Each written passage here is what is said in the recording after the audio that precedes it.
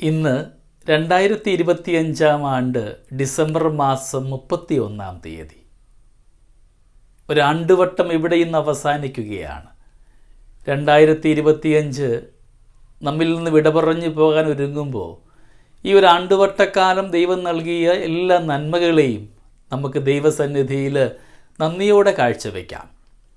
ഉറപ്പായിട്ടും ഒരുപാട് കൃപാവരങ്ങൾ നാമൊക്കെ സ്വീകരിച്ചിട്ടുണ്ട്. ഇന്ന് ഈ പ്രഭാതം കാണുവാൻ ഭാഗ്യം ലഭിച്ചതുപോലും ദൈവത്തിൻ്റെ കാരുണ്യം കൊണ്ട് തന്നെയാണ്. ഒരുപിടി നൊമ്പരങ്ങളും ഉണ്ടായി കാണാം.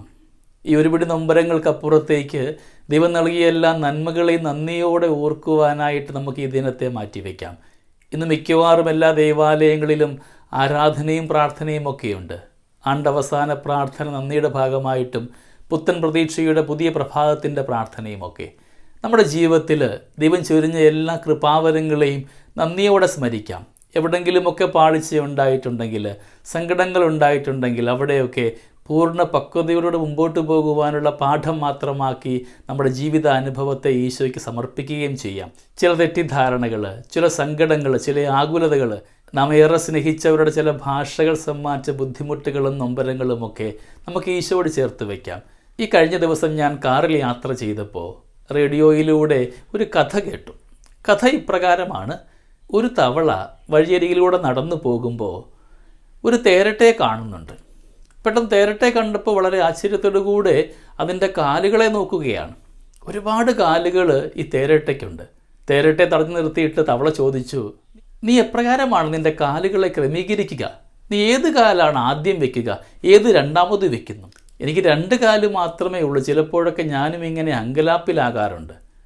ഈ തവളയുടെ ചോദ്യം കേട്ടിട്ട് തേരട്ട അന്ധാഴ്ച നിൽക്കുക. കാരണം ആദ്യമായിട്ടാണ് അങ്ങനൊരു ചിന്ത ഈ തേരട്ടയ്ക്കുണ്ടാവുക. അന്നേരം മുതൽ ഈ തേരട്ട ചിന്തിക്കുകയാണ്, ഏതാണ് ആദ്യം വയ്ക്കുക, ഏത് രണ്ടാമത് വയ്ക്കുന്നു? ഇങ്ങനെ ആശയക്കുഴപ്പത്തിലായ തേരട്ടയ്ക്ക് ഒരടി പോലും മുമ്പോട്ട് വയ്ക്കുവാനായിട്ട് സാധിക്കുന്നുമില്ല. ഇത്രയും കാലവും ഈ തേരട്ട സുഗമമായിട്ട് യാത്ര ചെയ്യുന്നുമുണ്ടായിരുന്നു. തേരട്ട വഴി കാത്തിരിക്കുകയാണ് തവള തിരിച്ചു വരാൻ വേണ്ടിയിട്ട്. തിരിച്ചു വന്ന് തവളയോട് പറയുകയാണ്, നീ മേലാൽ ഇനി ഒരു തേരട്ടയോട് പോലും ഇപ്രകാരമുള്ള ചോദ്യം ചോദിക്കരുത്. ഞാൻ സുഗമമായിട്ട് യാത്ര ചെയ്തു വരികയായിരുന്നു. നിൻ്റെ ചോദ്യം എൻ്റെ യാത്രയ്ക്ക് തടസ്സമുണ്ടാവുന്നു. ഒരടി പോലും മുമ്പോട്ട് വയ്ക്കുവാൻ എനിക്ക് സാധ്യമാകുന്നില്ല. കഥ പറഞ്ഞു വെച്ച ഒരു സാരാംശമുണ്ട്. നമ്മുടെയൊക്കെ ജീവിത ഇടങ്ങളിൽ നാം കേൾക്കുന്ന എല്ലാ ഭാഷയ്ക്കുമൊന്നും നാം ഉത്തരം കൊടുക്കാൻ വിളിക്കപ്പെട്ടവരൊന്നുമല്ല. തീർച്ചയായിട്ടും തിരുത്തപ്പെടേണ്ടവയൊക്കെ തിരുത്തപ്പെടുക തന്നെ വേണം. എന്നിരുന്നാലും എല്ലാ ഭാഷയ്ക്കുമൊക്കെ നാം ഇങ്ങനെ ചെവി കൊടുക്കുമ്പോഴാണ് നമ്മുടെ ജീവിതത്തിൽ സുഗമമായ യാത്രകൾ പലതും തടസ്സമായിട്ട് മാറുക. മുമ്പോട്ടുള്ള ജീവിത ഇടങ്ങളിലൊക്കെ അനുഗ്രഹത്തിൻ്റെ പാത സ്വീകരിക്കുവാനായിട്ടും ദൈവത്തിൻ്റെ ശബ്ദം കേട്ടുകൊണ്ട് ദൈവികമായ നന്മ മാത്രം നമ്മുടെ ജീവിതത്തിൽ ഉണ്ടാകുവാൻ നമുക്ക് നമ്മുടെ ജീവിതത്തെ മാറ്റിവെക്കാം.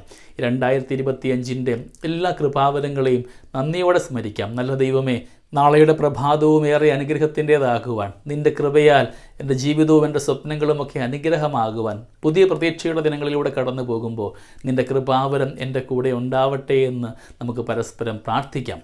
നമ്മുടെ ഒന്നിച്ചുള്ള യാത്ര കൂടുതൽ അനുഗ്രഹത്തിൻ്റേതാകുവാനായിട്ട് പരസ്പരം പ്രാർത്ഥിച്ചുകൊണ്ട് മുമ്പോട്ട് പോകാം. നാളിതുവരെ നിങ്ങൾ ഓരോരുത്തരും കാണിച്ച എല്ലാ സ്നേഹത്തിനും നിങ്ങളോട് ഞാൻ നന്ദി പറയുന്നു. മുമ്പോട്ടുള്ള ജീവിതത്തിൽ നമുക്ക് പരസ്പരം പ്രാർത്ഥനയിൽ ഒരുമിക്കാം. നല്ല ദൈവം നമ്മളെ എല്ലാവരെയും സമൃദ്ധമായി അനുഗ്രഹിക്കട്ടെ. ഈ ഒരു ആണ്ടുവട്ടക്കാലം മുഴുവനും ഒരുപാട് ദൈവികമായ നന്മകൾ ആസ്വദിക്കുവാനായിട്ടും ഒരുപാട് ജീവിത അനുഭവം സമ്മാനിച്ച ഈശോയ്ക്ക് നന്ദി പറഞ്ഞുകൊണ്ട് നമ്മുടെ കർത്താവ് ഈശോ മിശിഹായുടെ കൃപയും പിതാവായ ദൈവത്തിൻ്റെ സ്നേഹവും പരിശുദ്ധാത്മാവിൻ്റെ സഹവാസവും നമ്മളെല്ലാവരോടും കൂടെ ഉണ്ടായിരിക്കട്ടെ, ഇപ്പോഴും എപ്പോഴും എന്നേക്കും. ആമേൻ.